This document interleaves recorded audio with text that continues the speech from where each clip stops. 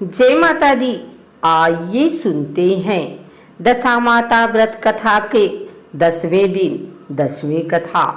चैत्र मास के कृष्ण पक्ष की 10वीं को दशा माता का पूजन एवं व्रत किया जाता है और दशा माता की कथा कहानी सुनी जाती है। होली के अगले दिन से ही इसका पूजन प्रारंभ हो जाता है, जो 10वें दिन समाप्त होता है। प्रतिदिन प्रातः स्त्रियां स्नान आदि करके पूजन की सामग्री लेकर पूजा करती हैं। सर्वप्रथम दीवार पर स्वास्तिक बनाती हैं, फिर मेहंदी और कुमकुम से 10-10 बिंदियां दीवार पर ही लगाते हैं। फिर पहले स्वास्तिक के रूप में गणपति जी का, फिर 10 बिंदियों के रूप में दशा माता की रोली, मूली, चावल, सुपारी, धूप, दीप, अगरबत्ती व नैवेद्य से पूजन करते हैं। पूजन के पश्चात प्रतिदिन दशा माता की कथा कहने व सुनने का विधान है। इस दिन एक समय भोजन करके व्रत रखने का विधान है। दशा माता का पूजन प्रत्येक स्त्री, सुहागिन या विधवा सबको करना चाहिए, क्योंकि यह पूजन एवं व्रत घर की दशा स्थिति को सुखी समृद्धि रखने हेतु किया जाता है। पूजन में एक विशेष बात होती है कि एक हल्दी में रगा 10 गांठे में लगा हुआ धागा होता है, जिसको दशा माता की बेल कहते हैं।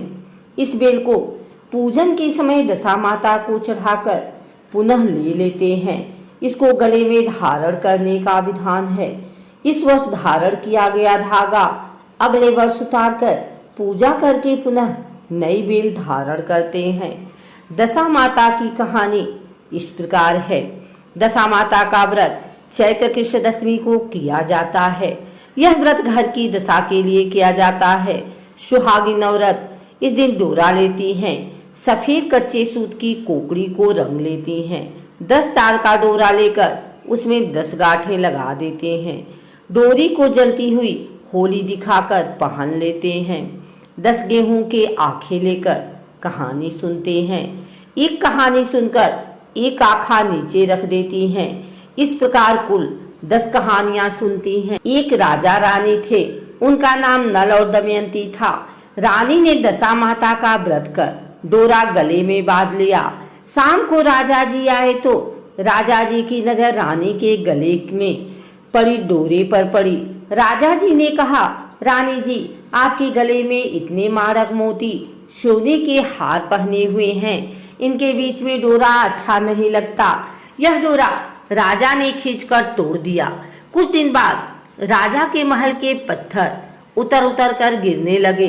अब वह महल नहीं रहा और राजा का मुकुट उड़कर न जाने कहाँ चला गया।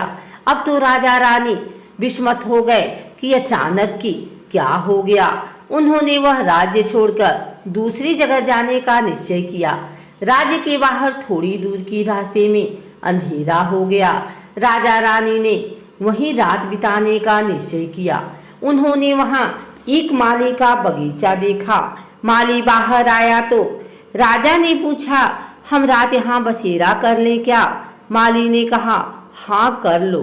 जब राजा रानी वहां रात रुके, सुबह उठने पर देखा बगीचा तो हरा भरा था, एकदम से बंजर कैसे हो गया।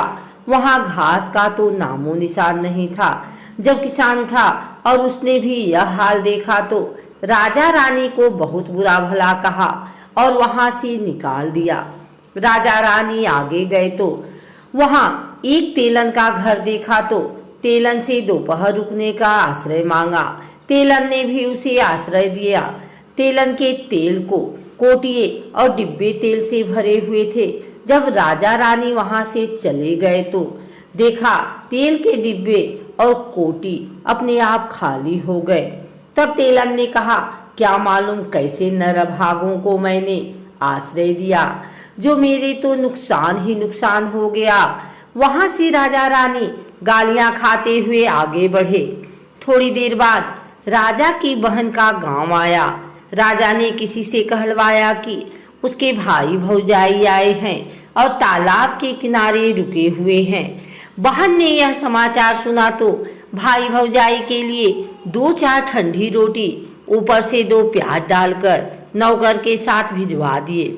और वापस समाचार कहलवाया कि अभी मेरे को समय नहीं है और यह कलेवा कर ले। भाई भौजाई ने आपस में कहा, बहन का कोई कसूर नहीं, सब अपनी दशा का चक्कर है, अपनी दशा खराब है इसलिए सभी बैरी हो गए हैं। और दोनों ने रोटी और प्याज वहां पर खड्डा खोदकर गाड़ दिया। थोड़े और आगे गए तो राजा का दोस्त मिल गया और कहा कि मेरे घर चलो, और घर ले जाकर उनकी खूब खातिरदारी करी, चाय पानी पिलाया।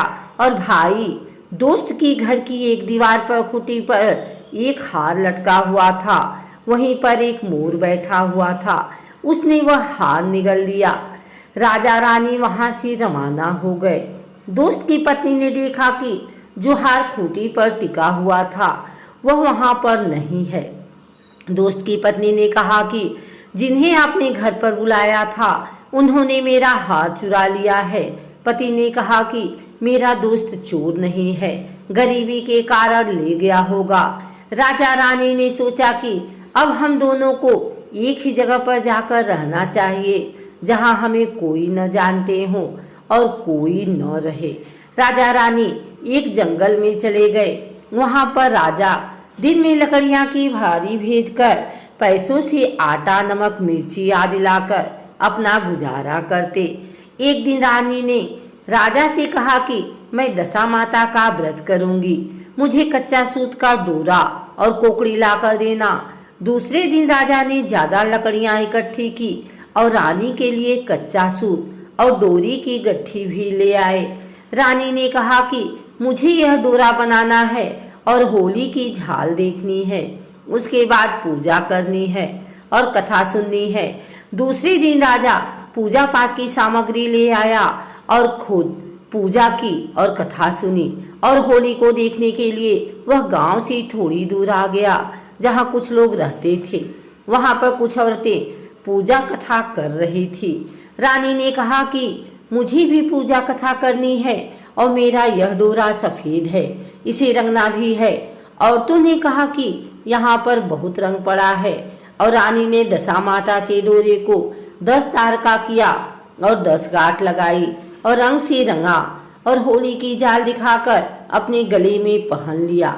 डोरे को गले में पहनते ही राजा की लकड़ियां चंदन की हो गई, जो बहुत महंगी बिकी। लकड़ियों का पैसा लेकर खुशी खुशी घर आए। रानी भी पीपल की पूजा कथा करके दशा माता की कहानी सुन के घर के लिए रवाना हो गई। वहां दशा माता के समय 10 कहानियां सुनी। 10 गेहूं की आंखें लेकर कहानियां सुनी और एक एक कहानी सुनते हुए एक एक आँखा नीचे रखती गई। उनमें शिव पार्वती जी की लोबिया, तोभिया की, गजानन जी की, आरी बारी, कान कवारी और भी छोटी मोटी मिलाकर 10 कहानी सुनी।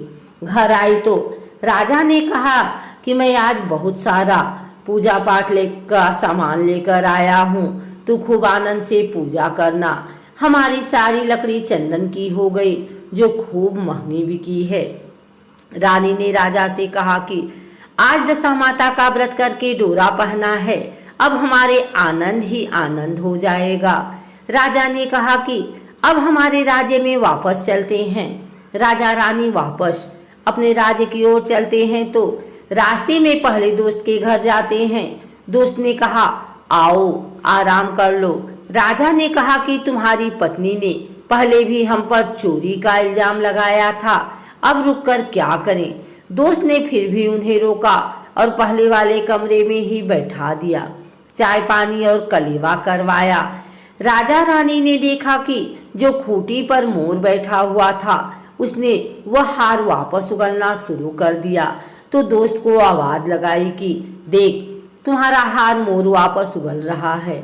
दोस्त ने देखा तो उसे विश्वास हो गया कि मेरा दोस्त की दशा खराब होने की वजह से उन्हें ऐसा दिन देखना पड़ा।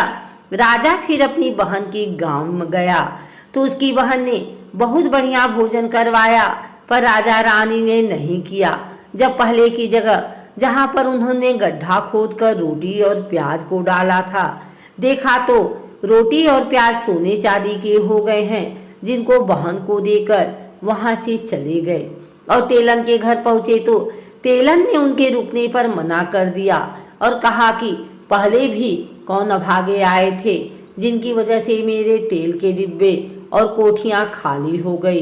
राजा रानी ने कहा कि वह हम ही थे, हमारी दशा खराब चल रही थी जिसकी वजह से यह दिन देखने पड़े और तेलन के घर रुक गए।